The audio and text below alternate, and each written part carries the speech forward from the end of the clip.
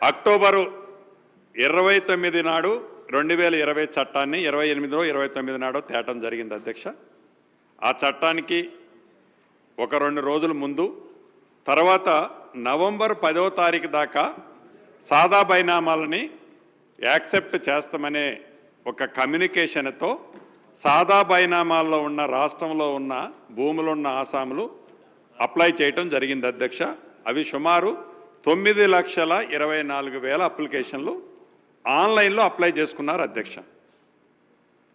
చట్టంలో మటుకు ఈ సాదా బైనామాలకు సంబంధించిన అంశాలని ఎక్కడా క్రోడీకరించలేదు, పొందుపరచలేదు అధ్యక్ష. ఆ కారణం చేత ఆనరబుల్ హైకోర్టు ఏవైతే ఈ అంశాల మీద కొంతమంది సాదా బైనామాకు సంబంధించిన వాళ్ళు కోర్టును అప్రోచ్ అయితే అసలు చట్టంలోనే ఆ క్లాజే లేదు, ఆ క్లాజ్ లేకుండా మీకు సాదా బైనామాలు ఎలా యాక్సెప్ట్ చేస్తారనే కోర్టు డిస్కషన్తో టోటల్గా ఆ సాదా బైనామాలకు సంబంధించింది అలానే పెండింగ్ ఉన్నది అధ్యక్ష.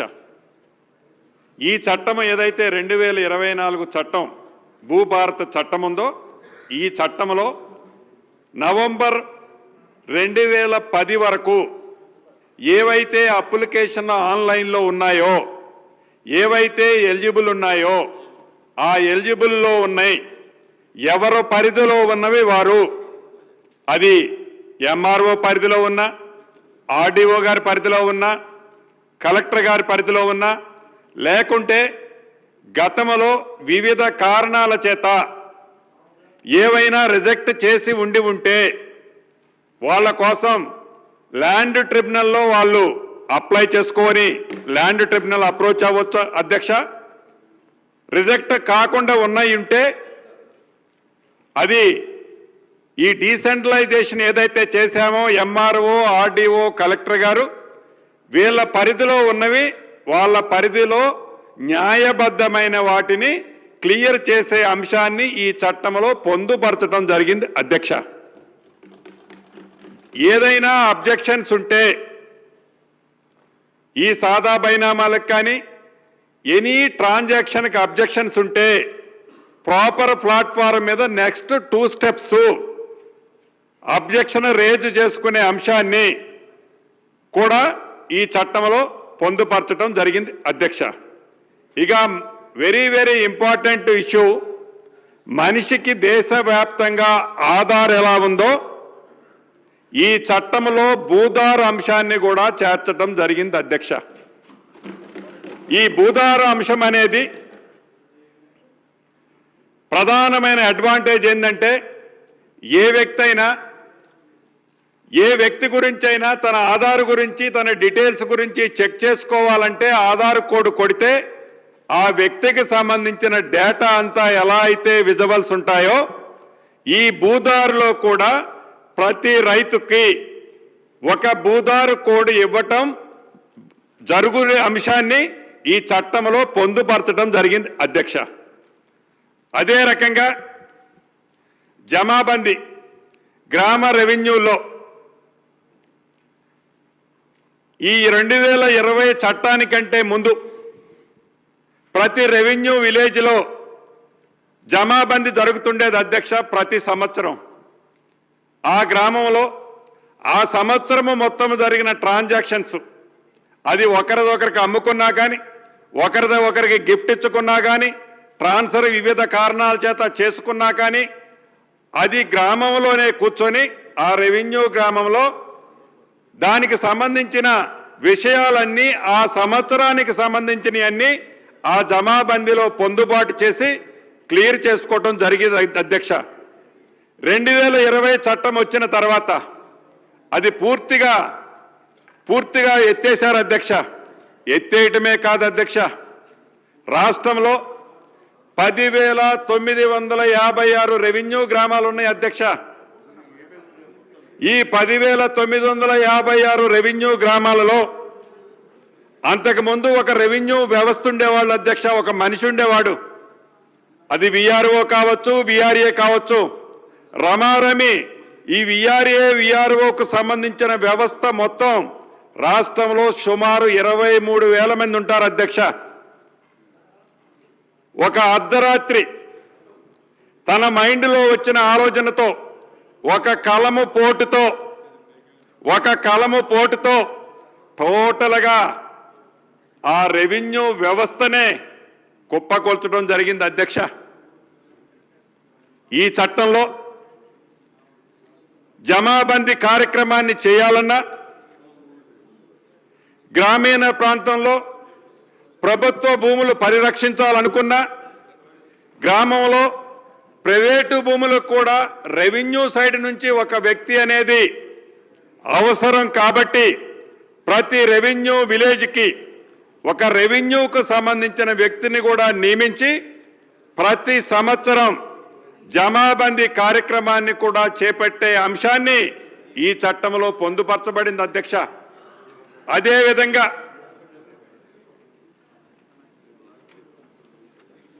ల్యాండ్ ట్రిబ్యునల్స్ ఇందాకనే నేను తమరికి విన్నవించాను, తమరి ద్వారా గౌరవ సభ్యులందరికీ కూడా తెలియజేశాను. గతంలో ఏ సమస్య వచ్చినా, ఏ తప్పు జరిగినా, ఒక రైతు మీద ఎంఆర్ఓకి కోపం వచ్చినా, ఒక రైతు మీద ఆర్డీఓ గారికి కోపం వచ్చినా, ఒక రైతు మీద కలెక్టర్ గారికి కోపం వచ్చినా, ఒక రైతు మీద ఆడుండే అధికార పార్టీ నాయకులకి కోపం వచ్చినా ఆ రైతుకు సంబంధించిన భూమి ఆ రికార్డులో కనపడేది కాదు అధ్యక్ష.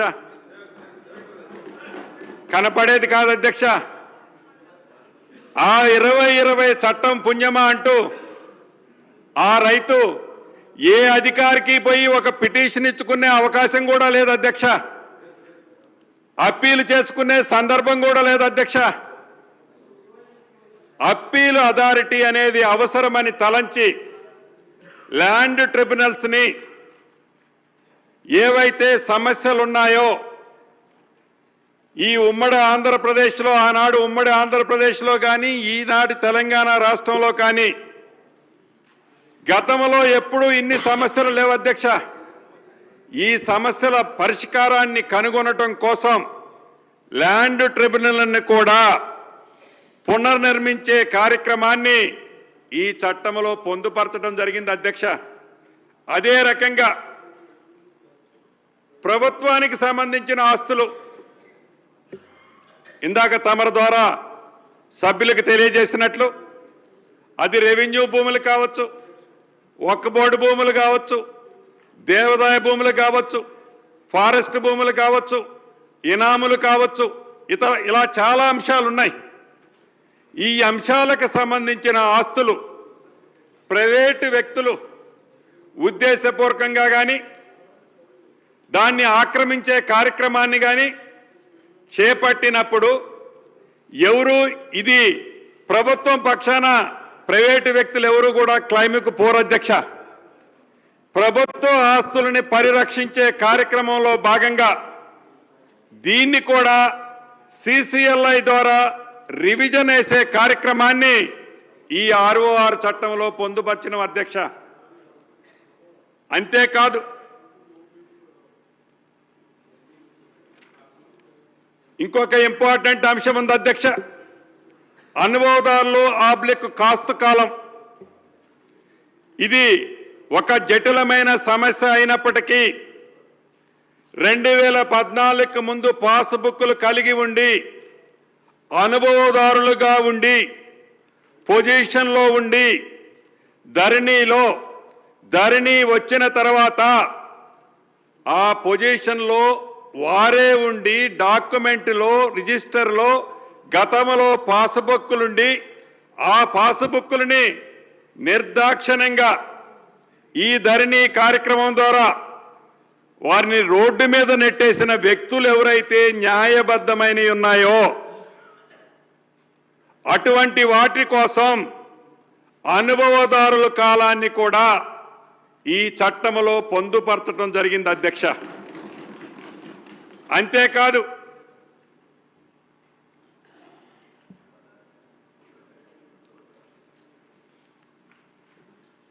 ఏదైతే గతంలో ఈ సాఫ్ట్వేర్ అంటే ఈ ఆన్లైన్ సిస్టమ్ ఈ ధరణి కాన్సెప్టు ఇతరత్ర లేనప్పుడు మనకి మాన్యువల్గా పానీలుండే అధ్యక్ష. ఈ మాన్యువల్ పానీలు అనేవి ఒకవేళ ఏ ఆఫీసర్ అయినా ఉద్దేశపూర్వకంగా ఒక పానీని ఒక బుక్ని మిస్ చేసినా అంతకు ముందుతో ఆ తర్వాతతో ఒక బేస్ ఉండేది అధ్యక్ష. ఇప్పుడు ఈ ఆన్లైన్ సిస్టమ్ వచ్చిన తర్వాత మాన్యువల్కి సంబంధించిన అంశం ఈ 2020 చట్టంలో పొందుపరచలేని కారణంగా ఆ వ్యవస్థ టోటల్ కూడా అబాలిష్ అయింది అధ్యక్ష. దాన్ని ప్రతి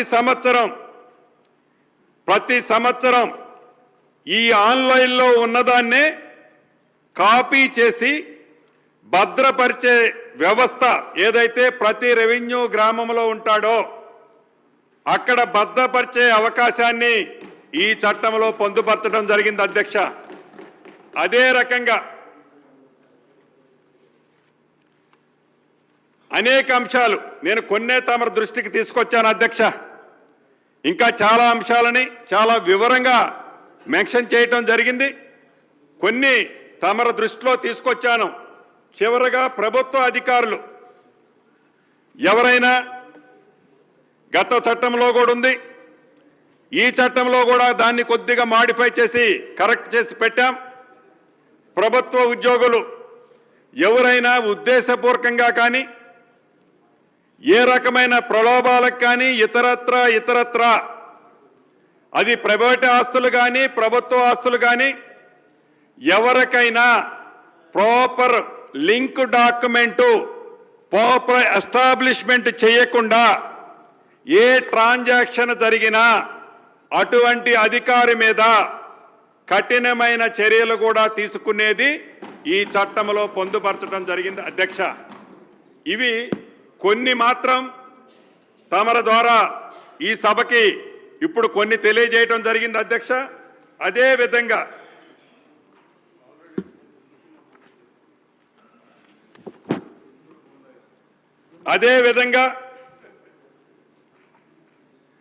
గతంలో ఈ ధరణి అనేది ఏర్పాటు చేసేటప్పుడు 3 మాడ్యూల్స్తో స్టార్ట్ అయింది అధ్యక్ష. అర్ధరాత్రి పూట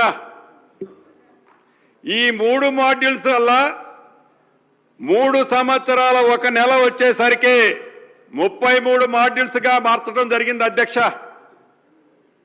ఈ 33 మాడ్యూల్స్లో గ్రామీణ ప్రాంతంలో ఉండే చదువురాని నిరుపేదల్లో కొద్దిగా భూమి కలిగి ఉండే నిరుపేదలు, బక్క చిక్కిన రైతులు, వారు తెలిసి తెలియక వారు భూమి రికార్డులో కనపడడం లేదని ఒక మాడ్యూల్లో అప్పీల్ చేస్తే ఇది నువ్వు ఈ మాడ్యూల్లో కాదు అప్లై చేయాల్సింది 33వ మాడ్యూల్లో చేయాలంటారు, 33లో చేస్తేనా 27లో అంటారు. ఇలా రింగాట ఆడుకునే వాళ్ళ అధ్యక్ష. ఏదైతే ఆనాటి ధరణిని స్వదేశ సంస్థ అని చెప్పి ముందు ఒక కంపెనీకి ఇచ్చి ఆ స్వదేశ సంస్థ నుంచి వారి స్వలాభం కోసం విదేశ సంస్థలో తెలంగాణ రాష్ట్రానికి సంబంధించిన 2,76,00,000 చిల్లర ఎకరాల ఆస్తిని విదేశ సంస్థ చేతిలో పెడితే ఆ విదేశ సంస్థ నుంచి నిన్న డిసెంబర్ 1వ తారీఖున పూర్తిగా స్వదేశ సంస్థ అయిన కేంద్ర ప్రభుత్వానికి సంబంధించిన సంస్థ అయిన ఎన్ఐసికి ఆనాడు పెట్టిన ఖర్చు కంటే తక్కువ ఖర్చుతో ఈనాడు ఎన్ఐసికి పూర్తిగా హ్యాండ్ ఓవర్ చేయడం జరిగింది అధ్యక్ష. దీంతో ఈ రాబోయే రోజుల్లో ఈ భూభారతి ద్వారా 33 మాడ్యూల్స్ బదులు ఎక్కువలో ఎక్కువ 6 మాడ్యూల్స్తో దీన్ని పునఃప్రక్షాళన చేస్తున్నాం అధ్యక్ష. అంతేకాదు గతంలో మనకి పానీ నకళ్ళు మాన్యువల్గా రాసేటప్పుడు 32 కాలాలుండే అధ్యక్ష. ఈ 32 కాలాల యొక్క ఉద్దేశం ఆ భూమి స్వభావం, ఆ భూమి గతంలో ఎవరిది, దానికి పట్టాదారులు ఎవరు, ఇది మాగాణినా మెట్టనా, ఇది సాగులో ఉందా, సాగులో లేందా, ఇది కొండలు గుట్టల, వాగులు వంకల, ఇలా 32 కాలాల్లో మెన్షన్ చేసేది అధ్యక్ష. అటువంటిది ధరణి పుణ్యమా అంటూ కేవలం ఒకే కాలం అధ్యక్ష. ఆ కాలంలో కనబడితే కనబడినట్టు, కనబడకపోతే ఆ రైతు ఆత్మహత్య చేసుకోవటమో, రోడ్ల పాలవ్వటమో, మతి చెలించి రోడ్ల మట్టి తిరగటమో జరిగేది అధ్యక్ష. దాన్ని ఏదైతే ఎన్ఐసి ద్వారా, ఏదైతే ఎన్ఐసికి హ్యాండ్ ఓవర్ చేస్తున్నామో ఈ భూభారతిని, రాబోయే రోజుల్లో 11 కాలాలతో ఈ రికార్డుని ప్రక్షాళన చేసే అంశాన్ని కూడా దీంట్లో పొందుపరచబోతున్నాం అధ్యక్ష.